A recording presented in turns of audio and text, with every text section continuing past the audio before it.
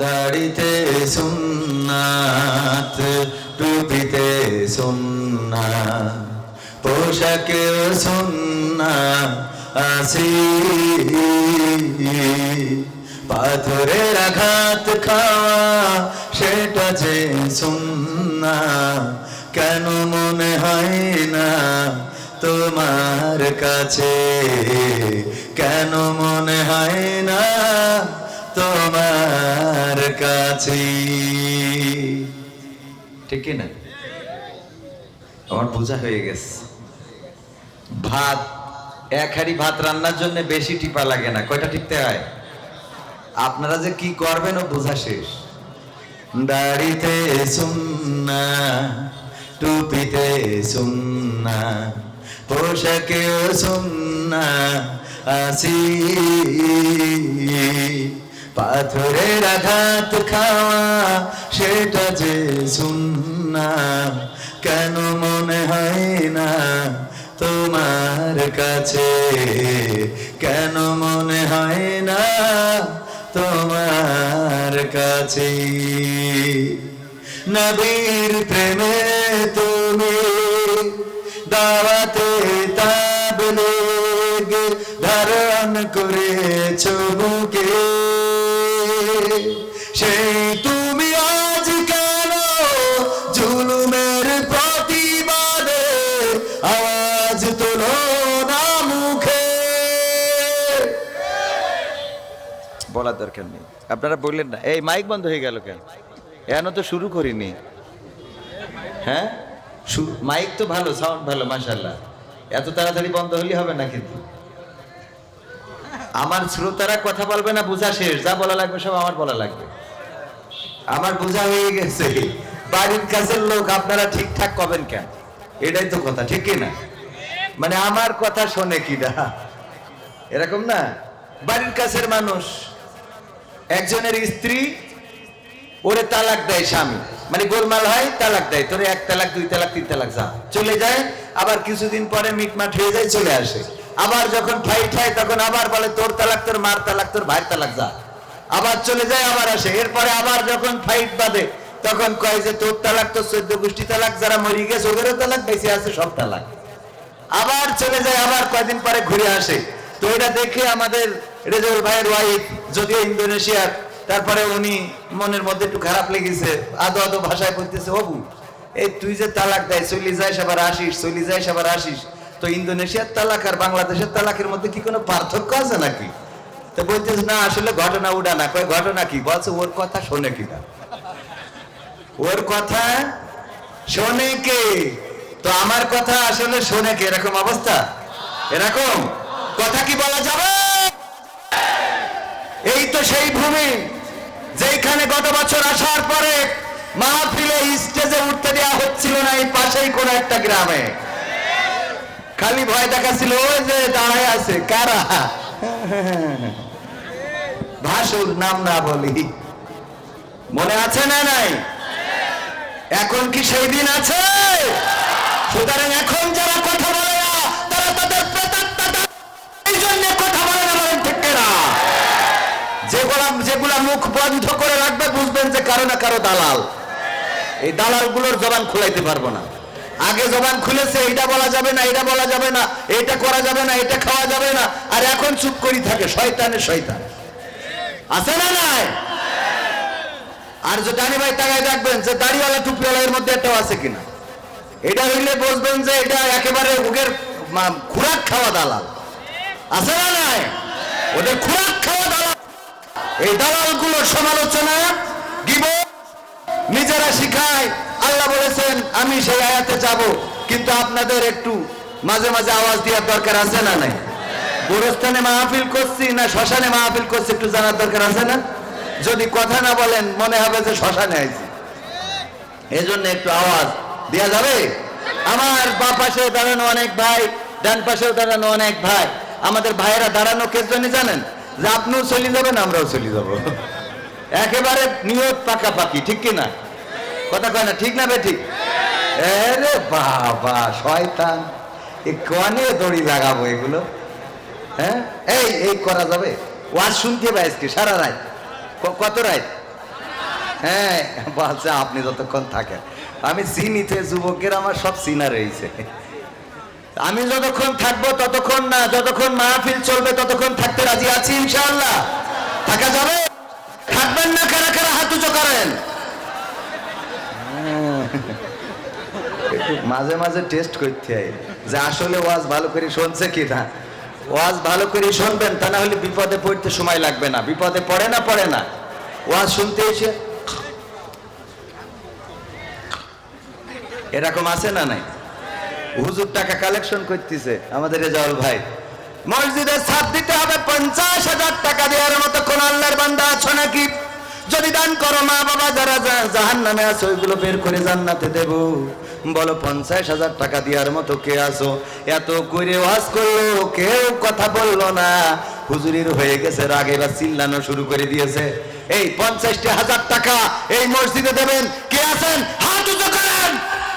ও ঘুমিতে হঠাৎ ঠেলে উঠে হাত উঁচু করা শুনে হাত উঁচু করে বসে আছে।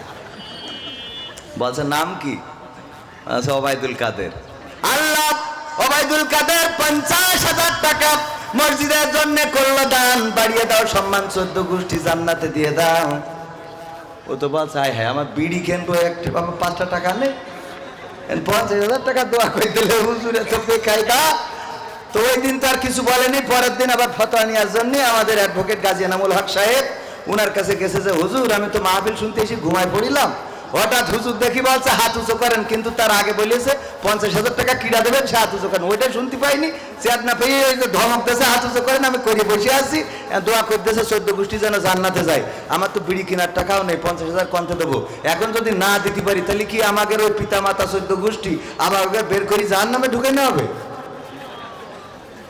প্রশ্ন ঠিক আছে না বে ঠিক আছে? তো এই জন্যই মাঝে মাঝে অ্যালার্ট থাকার দরকার আছে না নাই? আমি বলেছি আমরা যখন মাহফিলে বলি নামাজ 5 ওয়াক্ত নামাজ ছাড়বো না, পড়বেন কিটা কিটা হাত উঁচু করেন। আমি বলি ভেবে চিন্তে করবেন, কারণ হাত উঁচু করার পরে যদি নামাজ ঠিক মতো না পড়েন না তো এক গুনাহ হয়। আবার এই যে হাত উঁচু করেছেন এর জন্য আবার আর এক গুনাহ। তাহলে খামাখা ওয়াজ শুনতে এসে ডবল গুনাহ করার কোনো দরকার আছে? কথা কয় না আছে? মনে থাকবে ইনশাআল্লাহ।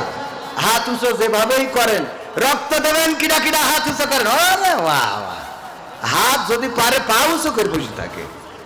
এ বলি 2 টাকা দেবেন কিনা, আর হাত বেরোচ্ছে না। আছে না নাই? এই জন্য বুঝে শুনে, রক্ত এত বেশি লাগবে না যত টাকা লাগবে। কথা কয় না ঠিক না বেঠে? টাকার দরকার বেশি, এই জন্য ওই যেই রক্তের কথা কয় সে হাত আর পা একসাথে তোলে, আর যে টাকার কথা কয় সে আর হাতও ওঠে না আর পা তো সারেই না। তাইলে কি শুরু করবো? ঠিকঠাক বলা যাবে? যাবে। দাড়িতে সুন্নাহ, টুপিতে সুন্নাহ, পোশাকেও সুন্নাহ আসি। পাথরের আঘাত খাওয়া সেটা যে সুন্নাহ, কেন মনে হয় না তোমার কাছে? কেন মনে হয় না তোমার কাছে? নবীর প্রেমে তুমি দাওয়াতে তাবলীগ ধারণ করেছো বুকে। সেই তুমি জুলুমের প্রভাবে আওয়াজ তোলো না মুখে। নবীর প্রেমে তুমি দাওয়াতে তাবলীগ ধারণ করেছো বুকে। সেই তুমি কেন জুলুমের প্রতিবাদে আওয়াজ তোলো না মুখে? প্রতিদিন সেখানেও সুন্নাহ আছে। পাথরের আঘাত খাওয়া, মাঝে মাঝে জেলে যাওয়া সেটা যে সুন্নাহ, কেন মনে হয় না তোমার কাছে? কেন মনে হয় না তোমার কাছে? মিলাদুন নবীতে বড় সোচ্চার তুমি নাকি দেখানো লোক? সেই তুমি জানলে আমার রাসূল ছিলেন সফল রাষ্ট্র মিলাদুন নবীতে। বড় সোচ্চার তুমি নাকি দেখানো লোক? সেই তুমি জানলে না আমার রাসূল ছিলেন সফল রাষ্ট্রনায়ক। ওহুদের ময়দানে দাঁত ভাঙা ঘটনা তোমার কিতাবে কি আছে? পাথরের আঘাত খাওয়া, মাঝে মাঝে রিমান্ডে যাওয়া, সেটা যে সুন্নাহ কেন মনে হয় না তোমার কাছে? কেন মনে হয় না তোমার কাছে? ঠিক না বে ঠিক?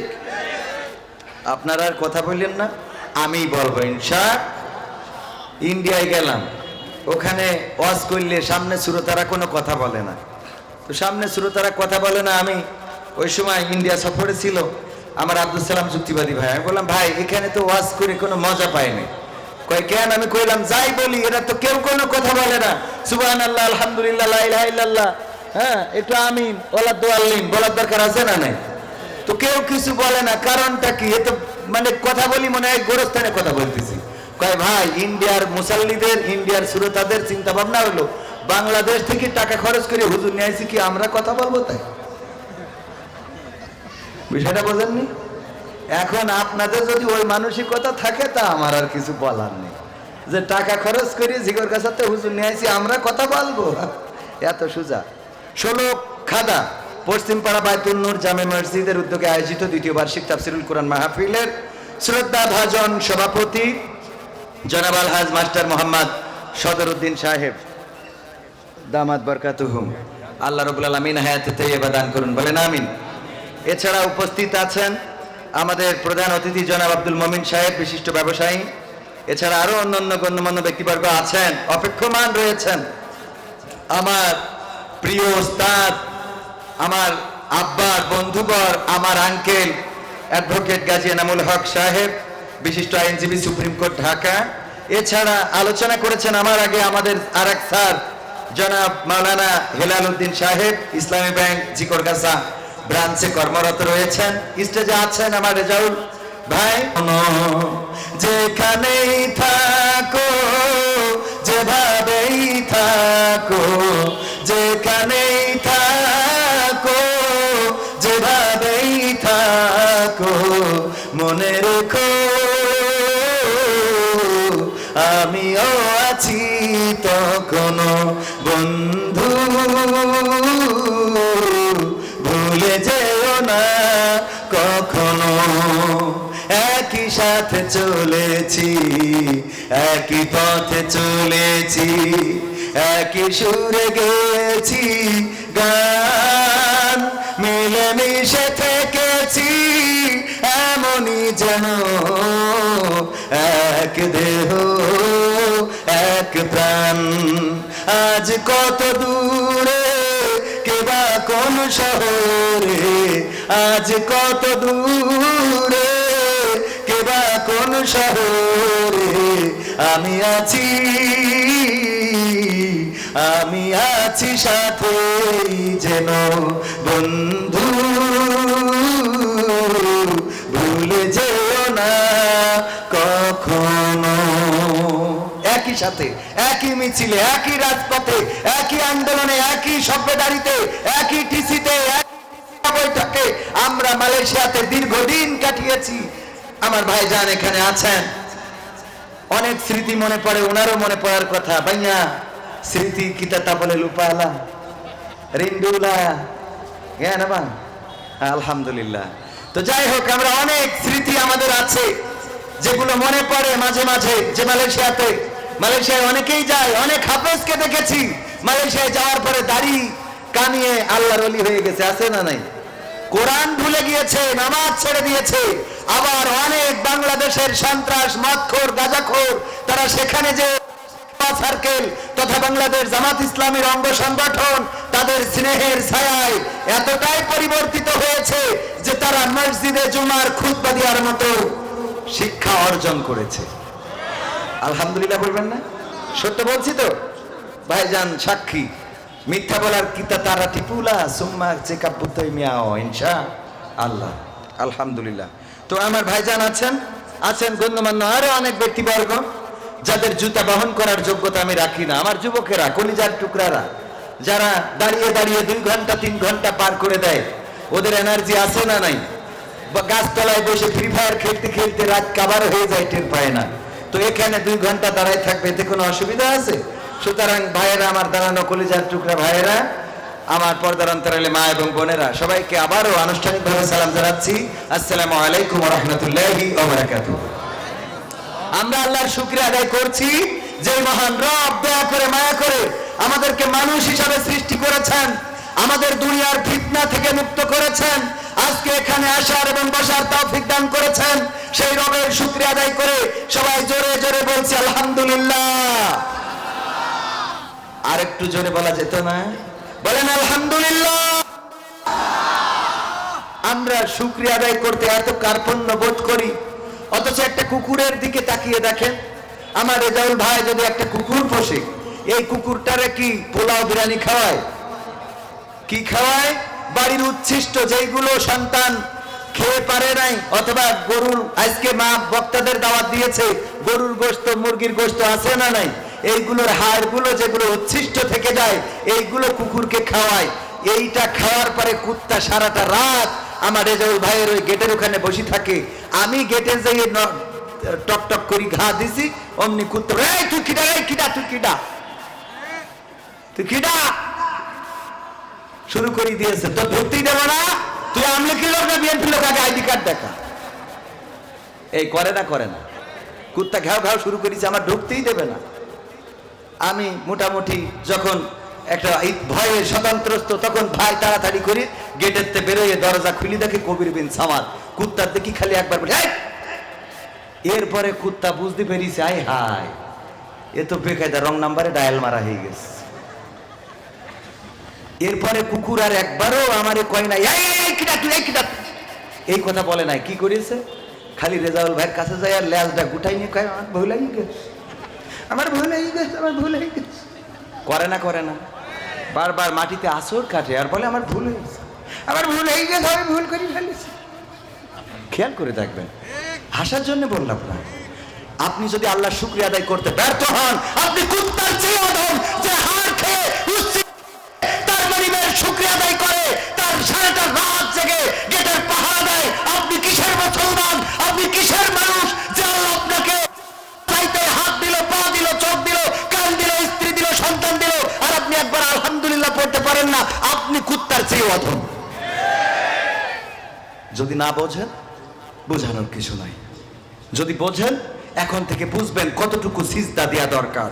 বোবা লোকে চলতে পারে, বলতে পারে না, পঙ্গু লোকে বলতে পারে, চলতে পারে না, কানা লোকে শুনতে পারে, দেখতে পারে না, কালা লোকে দেখতে পারে, শুনতে পারে না। তুমি যদি তাদের চেয়ে একটু ভালো থাকো, তবে কেন শুকরিয়াটা আদায় করো না? তবে কেন শুকরিয়াটা আদায় করো না? তবে কেন শুকরিয়াটা আদায় করো না? চোখ দুটো দিল দেখতে তোমার, শুনতে দিল কান, জিহ্বা দিল স্বাদ নিতে আর না ঘুরান। চোখ দুটো দিল দেখতে তোমার, শুনতে, জিহ্বা দিল আর না কে সুঘুরান। এবার তুমি এবার তুমি দেখো না কতটা সুখে তাপ, তবে কেন শুকরিয়াটা আদায় করো না? তবে কেন শুকরিয়াটা আদায় করো না? তবে কেন শুকরিয়াটা আদায় করো না? তবে কেন শুকরিয়াটা আদায় করো না? হাত দুটো দিল মারতে তোমার, যখন যারে হাত দুটো দিল ধরতে তোমার যখন যেটা চাও, যেথায় সেথায় যাওয়ার জন্য দিলেন দুটি পাও। হাত দুটো দিল ধরতে তোমার যখন যেটা চাও, যেথায় সেথায় যাওয়ার জন্য দিলেন দুটি পাও। হৃদয়ে দিলেন মমতা, হৃদয়ে দিলেন প্রেম মমতা, কেন যে বোঝো না, তবে কেন শুকরিয়াটা আদায় করো না, তবে কেন শুকরিয়াটা আদায় করো না, তবে কেন শুকরিয়াটা আদায় করো না, তবে কেন শুকরিয়াটা আদায় করো না। সুখের সমাজ গড়তে দিলেন আল কোরআন, পথের দিশাই দিয়েছেন রাসূল আমরা সবাই জানি। সুখের সমাজ গড়তে দিলেন কোরআনের পথের দিয়েছেন রাসূল আমরা সবাই জানি।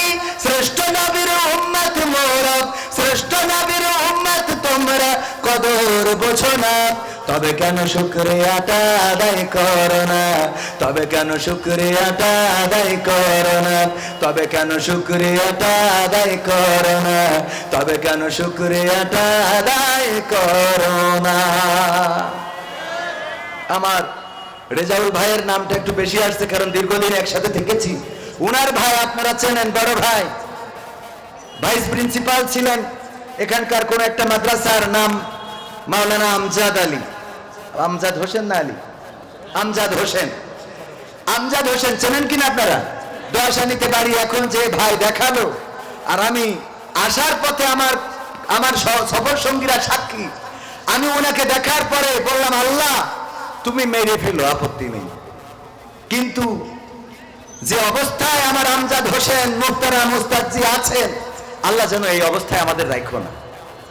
আমি গাড়িতে এই দোয়া করলাম আল্লাহর কাছে, মেরে ফেলো, মারা যেতে অসুবিধা নাই, কিন্তু যে অবস্থায় আছে প্রতিটা দিন 5টা করে সিলিন্ডার লাগে, 3000 টাকার অক্সিজেন কমপক্ষে লাগে।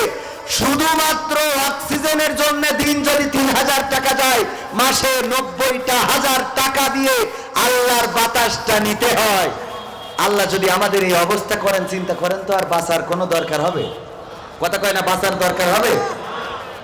আমি এই গানের মধ্যে যা বলেছি, শুধু এই গানটুকু, এইটুকুই ওয়াজ শেষ, আর করা লাগে না। জিব্বা দিল স্বাদ নিতে, এই জিব্বায় যদি স্বাদ না থাকে, তাইলে সন্দেশ খাইলে যেমন লাগবে, জামতলার মিষ্টি খাইলে তেমন লাগবে, কুষ্টিয়ার তিলে খাজা খাইলে তেমন লাগবে, নাটোরের কাঁচাগোল্লা খাইলে তেমন লাগবে, আর পায়খানা ঘরের গু খাইলেও তেমন লাগবে। ঠিক না বে ঠিক? শুধু জিব্বা আছে বলেই এক একটা জিনিসের এক এক রকম মূল্যায়ন। জামতলার মিষ্টি, নাটোরের কুষ্টিয়ার তিলে খাজা, এরকম আছে না নাই? কুমিল্লার রসমালাই, কারণটা কি? কারণ হলো জিব্বায় স্বাদ আছে, তাই এত কিছুর দাম আছে। জিব্বায় স্বাদ না থাকলে পোল্ট্রি মুরগির দাম 150 টাকা, আবার দেশি মুরগির দাম 400 টাকা কেজি। জিব্বায় স্বাদ না থাকলে ও পোল্ট্রিও 150, দেশি মুরগিও 150, কারণ লাগে তো একরকম। কথা কয় না? তাহলে শুকরিয়া আদায় করবো কে? ভাইয়ের আমার, দেশের অবস্থা চারিদিকে খুবই খারাপ অবস্থা। এই অবস্থার উত্তরণের দরকার আছে না নাই?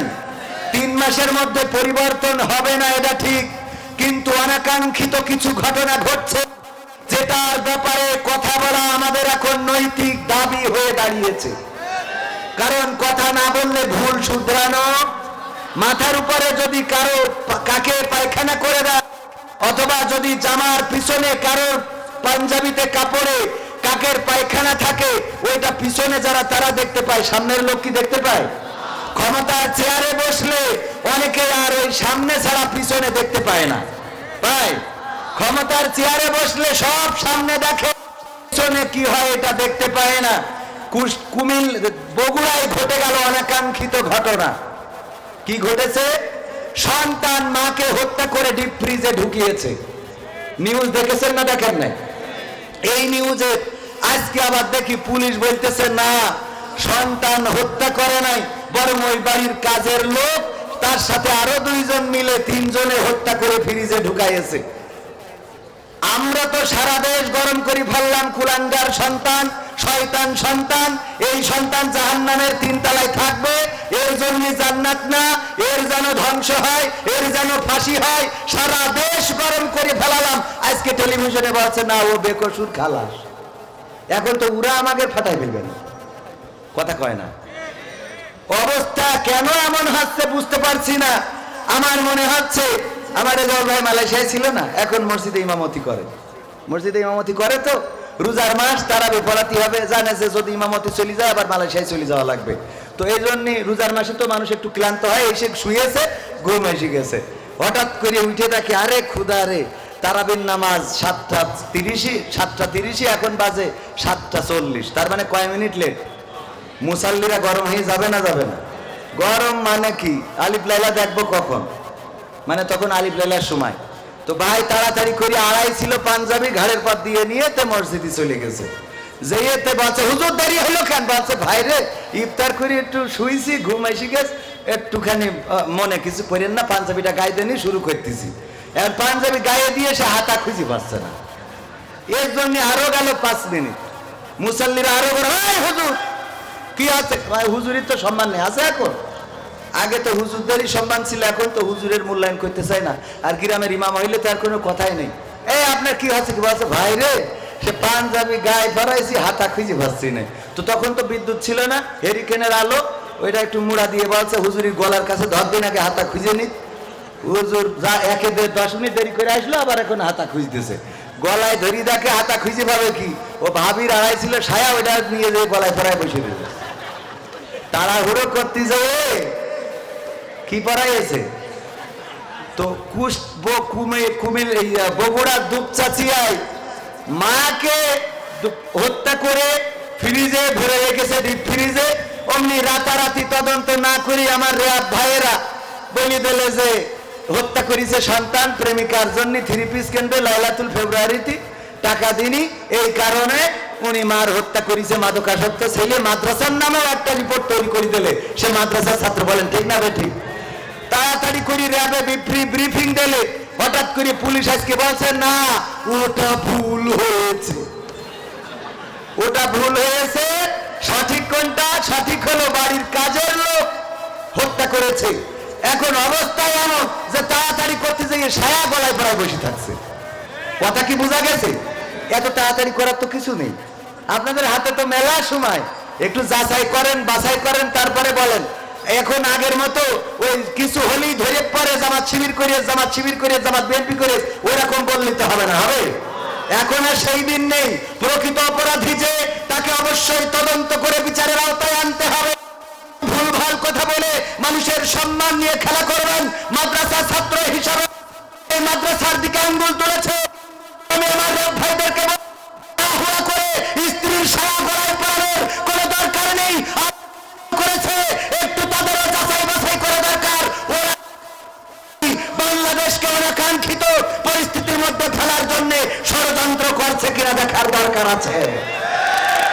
আপনি যাচাই বাছাই ছাড়াই একজনের জীবন নিয়ে খেলা শুরু করে দিলেন। মাকে হত্যা করে হাত পা বেঁধে রেখে দিয়েছে। আরে ভাই আগে যাচাই করেন, বাছাই করেন, রিমান্ডে দেন, তারপরে দেখেন ঘটনাটা কি। তা না আপনি ফসাং করে বলে দিলেন যে এই করেছে তাই করেছে। আমার তো ভয় হচ্ছে, পুলিশ আবার বললো যে না বাড়ির কাজের লোক করেছে, কাল আবার না জানি অন্য কোনো আইন প্রশাসনের লোক বলে না জামাত শিবির করেছে। কথা কয় না, কারণ এখনো তো এই বুলি মুখস্থ আছে না নাই, জামাত শিবির করেছে বলার লোক আছে না নাই? আল্লাহ হেদায়েত নসিব করে দিন, বলেন আমিন। ভাইরা আমার, আবার ষড়যন্ত্র হচ্ছে উপদেষ্টাদের নিয়ে। বশির সাহেব কেন উপদেষ্টা? আকিজ পরিবারের সন্তান। বাবারে তারা 10 ভাই, এক ভাই আওয়ামী লীগের এমপি হয়েছে, এটা ঠিক আছে, বাকি 9 জন তো জামাত ইসলামের এমপি হতে পারে। এরম পারে না? পারে না? এক ভাই আওয়ামী লীগ করে বলি সব ভাই আওয়ামী লীগ করে? আর এগুলো আমাদের এই যে এগুলো কিন্তু ওরা কাটি মারতেছে, এটা বুঝতে হবে। বললো কাটি কইতেছে, বুঝতে হবে। ষড়যন্ত্রে পা দেয়া যাবে না, মনে থাকবে। দেশটাকে স্থিতিশীল করতে হবে। দেশের উন্নয়নে ভূমিকা রাখার জন্য আমাদের একটু মস্তিষ্ক ঠান্ডা করতে হবে। আইন প্রশাসনে যারা আছে তাদেরও ভেবে চিন্তে চলতে হবে। এখনো পর্যন্ত আমার দাদার দেশের নিযুক্ত করা আল্লাহর ওলিরা কিন্তু এনে চলে যায় নাই। অনেকেই ভয়ে কাজে ঢুকিনি, না ঠিক, আবার অনেকে আগের সময় ছিল নায়ক, এখন সমন্বয়ক। এখন কি কয় আমি নির্যাতিত ছিলাম, আমাদের প্রায় থানায় ডেকে হুমকি দিত, যে ভাই এইটা এরকম করে বললেন কেন? আপনি বললো কোন দিন বাটাম খাবেন? এখন বলছে আমি নির্যাতিত ছিলাম। হ্যাঁ আমাদের মতো। ঠিক আছে, আছে না নির্যাতিত? তবে হ্যাঁ, এই দেশে অশান্তি তৈরি করা যাবে না, বিশৃঙ্খলা করা যাবে না। যারা 15টা বছর তার চেয়ার ধরেছিলেন তারা 15টা মাস না রাস্তায় দাঁড়াতে আছে কেন? এত খাওয়া খাইছে, এত ক্ষুধা লেগে গেছে 3 মাসের মধ্যে। কথা কয় না, কথা বলে না। ক্ষমতায় কেউ স্থায়ী হয় না, হোক না সেরে না কিবা হাসিনা, চেয়ারটা চিরকাল থাকে না। ক্ষমতায় কেউ স্থায়ী হয় না, মুজিবুর বেশি দিন থাকেনি, জিয়াউর কেউ তো রাখেনি। মুজিবুর বেশি দিন থাকেনি, জিয়াউর কেউ তো রাখেনি। এরশাদ চলে গেছে পৃথিবী ছেড়ে, এরশাদ চলে গেছে পৃথিবী ছেড়ে, কেউ আজ তার কথা কয় না। ক্ষমতায় কেউ স্থায়ী হয় না, হাসিনা ক্ষমতা ধরে রাখতে আয়না ঘর বানিয়েছিল, জনগণের রোশন আলো দাদার দেশে পালিয়ে গেল। হাসিনা ক্ষমতা ধরে রাখতে আয়না ঘর বানিয়েছিল, জনগণের রোশন আলো দাদার দেশে পালিয়ে গেল। ডিবি হারুনের পাশে আর, ডিবি হারুনের পাশে আর পরিমণিদের দেখা যায় না। ঠিক না বেঠে? এই যুবকেরা বলে না ঠিক না বেঠে? এই পাশের লোক বলে না ঠিক না বেঠে? এখন আর সুন্দরী সুন্দরী রমণীগুলো আর যায় না, আর যায় না। আর বঙ্গবন্ধুর স্ত্রীর চরিত্রে অভিনয় করল তৃষা। আপনারা তার নাম জানেন কি? ফেরদৌস নাকি জানো ইমরোজ তৃষা। এই তৃষার স্বামীর নাম হলো কি? মোস্তফা সরোয়ার ফারুকী। একদিকে বঙ্গবন্ধুর স্ত্রীর চরিত্রে অভিনয়, আবার আর একদিকে আল্লাহর ওলি উপদেষ্টাও হয়। মানে গাছের ডাও খাবে, তলার ডাও কুড়াবে। একটা ওই দিকে একটা এই দিকে, তাও অসুবিধা নেই। আমি বললাম হইতেই পারে, সবাই সবাই কপালে তার হেদায়েত জোটে না। লূত আলাইহিস সালামের স্ত্রীর ওর কি কপালে হেদায়েত ছিল? ছিল না। নূহ আলাইহিস সালামের স্ত্রীর কপালে হেদায়েত ছিল। তা মোস্তফা সরোয়ার ফারুকী ধরে নিচ্ছে, ওর আবুল হেদায়েত দান করিয়েছে, ওর স্ত্রী এখনো ওখানে আছে। হইতে পারে না? পারে না। আমরা সুযোগ দিতে চাই এই দেশের উন্নয়নে, দেশ সংস্কারে, দেশের মানুষের জন্য আপনারা এমন কিছু করবেন যেটা দৃষ্টান্তমূলক হয়ে থাকবে। কিন্তু এমন কিছু যেন না হয় যে বাংলাদেশে তর্ক বিতর্ক করতে করতে আবার আমার দিদি চট করে ঢুকে পড়ে। কথা কয় না? এমনি তো না থেকে তাই বাইরেতে বলছে খেলো হবে। ঠিক না বেঠে? ও আমার ভাইরা, করেন মনে করতে পারেন আপনাদের সাথে আমাদের দ্বন্দ্ব আছে না? নাই। আপনাদের সাথে দ্বন্দ্ব নাই, আপনারাও রাজনীতি করেন, কোনো অসুবিধা নাই। আপনারা রাজনীতি করবেন, মিছিল করবেন, মিটিং করবেন, কোনো আপত্তি নাই। কিন্তু কয়দিন আগে ওয়াজ করতে আসলাম, হতে দিচ্ছিলেন না কেন? ওয়াজ করতে আসলাম, হতে দিচ্ছেন, তাহলে সমস্যা না? আবার দেখে দেখে যতগুলো হুজুর আছে সবগুলোর নামে মামলা আছে না নাই? যেই কটা দাড়িওয়ালা টুপিওয়ালা এই বাংলাদেশে যেইগুলো শ্রেষ্ঠ, সেই আলেমগুলোর হাতে হাত করা লাগাইছে না লাগাই নাই? হাত করা লাগালো মামুনুল হকের হাতে, হাত করা লাগালো আমির হামজার হাতে, ফাঁসির কাস্টে ঝুলালো মতিউর রহমান নিজামী, ফাঁসির কাস্টে ঝুলালো আমাদের কামারুজ্জামান, আলী হাসান, মোহাম্মদ মুজাহিদ, কাদের মোল্লা সহ এই বাংলাদেশকে যারা ভালো চেয়েছে, যারা বাংলাদেশকে প্রকৃত অর্থে ভালোবেসেছে, তাদেরকে ফাঁসির কাস্টে ঝুলিয়েই ক্ষান্ত হয় নাই। কোরআনের পাখি আল্লামা দেওয়ার হুসাইন ছাইরি 13টা বছর কারারুদ্ধ করে রেখে ক্ষান্ত হয় নাই। এই মানুষটাকে আবার অসুস্থতার কথা বলে জেলখানা থেকে বের করে নিয়ে যে আবার ইনজেকশন পুশ করে তাকে শহীদ করে আল্লাহর কাছে পাঠিয়ে দিয়েছে না দেয় নাই? ও আমার ভাইরা, এই কোরআনের পাখিকে হত্যা করা হলো, আলেম ওলামাদেরকে কারারুদ্ধ করা হলো। হক কথা বলা বলে তাদের নামে, কারো নামে 20টা, কারো নামে 25টা, 30টা, অথচ সন্ত্রাসীরা ওপেন ঘুরে বেড়ায়। কত ধর্ষক, তারা ধর্ষণ করে সেঞ্চুরি পালন করেছে না করে নাই? ধর্ষণ করে সেঞ্চুরি পালন করলো। মনি যখন জেলখানায় গেল, জেলখানায় যাওয়ার সময় হাতে মেহেদি নাই, আর যখন বের হইল হাতে মেহেদির রং।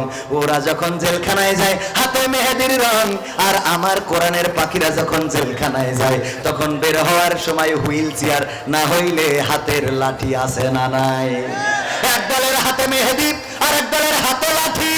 এক দলের হাতে মেহেদি, আর এক দল কেন হুইল চেয়ারে করে বের হয়? কথা কয় না। এইগুলো নিয়ে প্রশ্ন তোলার দরকার আছে না নাই? আপনারা এমন অন্যায় করেছেন যে অন্যায়ের কারণে নাখোশ হয়েছেন কে? জুলুমের সীমা যখন ছাড়িয়ে যায় কার সাহায্য চলে আসে? জুলুমের সীমা ছাড়িয়ে গেলে আল্লাহর সাহায্য আসে। সেটা ফেরাউনের জীবনেই যদি পড়েন পাওয়া যায় না, যায় না।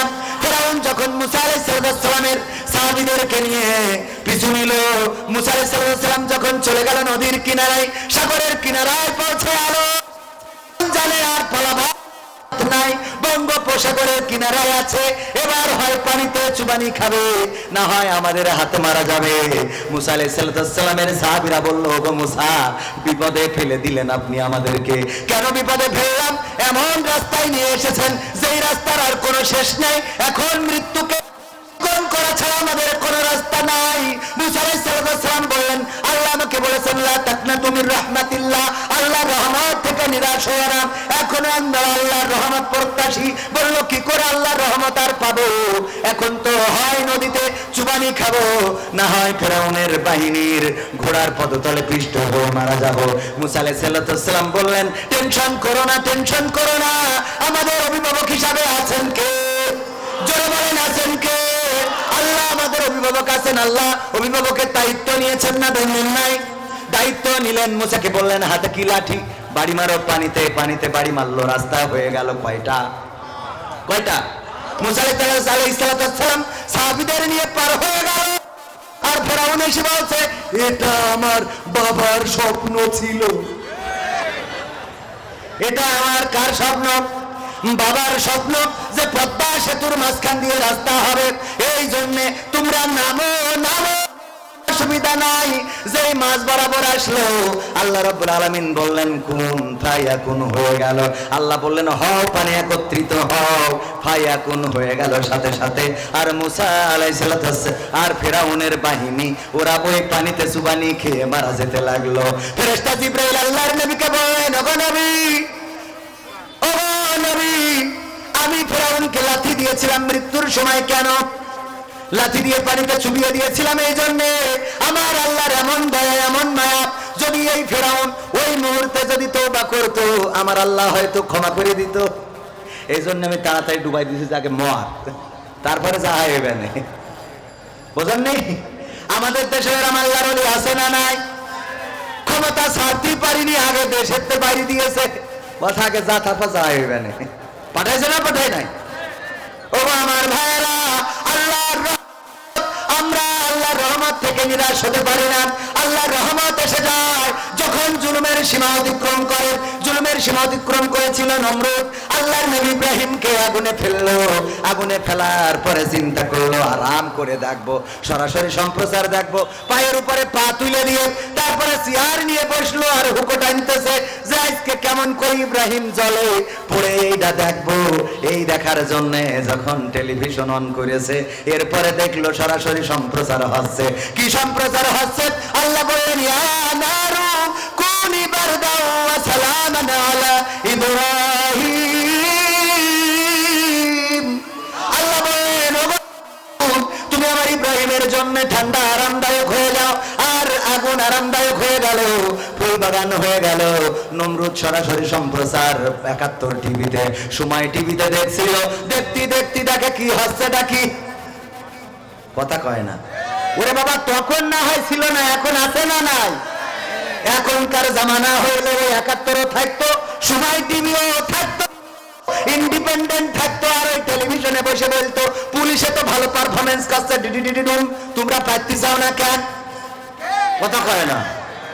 তোমরা পাইতে চাও না, এই একই কথা, কথা কিন্তু একই।